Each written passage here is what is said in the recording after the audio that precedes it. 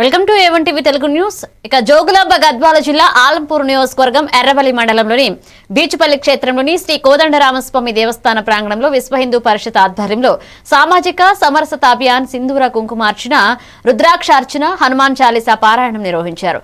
ఈ కార్యక్రమానికి ముఖ్య అతిథిగా విశ్వ హిందూ పరిషత్ తెలంగాణ రాష్ట్ర మహిళా కన్వీనర్ శోభారాణి, ప్రముఖ ఆధ్యాత్మిక మాసపత్రిక తత్వవాద సంపాదకులు మక్తల్ పడమటి ఆంజనేయ స్వామి అర్చకులు, గద్వాల జిల్లా VHP అధ్యక్షులు పనిమోహన్ రావు, ఆలంపూర్ ధర్మరక్షక్ నరసింహులు, బీచుపల్లి సర్పంచ్ విజితా బీసిరెడ్డి పాల్గొన్నారు. ఇక పూజ అనంతరం భక్తులందరికీ అన్నప్రసాద వితరణ నిర్వహించనున్నట్లుగా ఆలయ మేనేజర్ సురేందర్ రాజు తెలిపారు.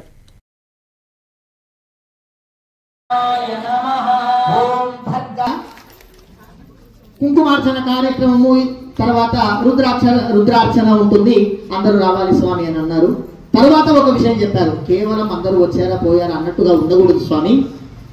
ఎందుకంటే అనేక దేవాలయాల్లో కుంకుమార్చనల కార్యక్రమాలు అన్ని జరుగుతూనే ఉంటాయి. హిందూ ధర్మం గురించి చెప్పేవాళ్ళు మనకు కావాలి.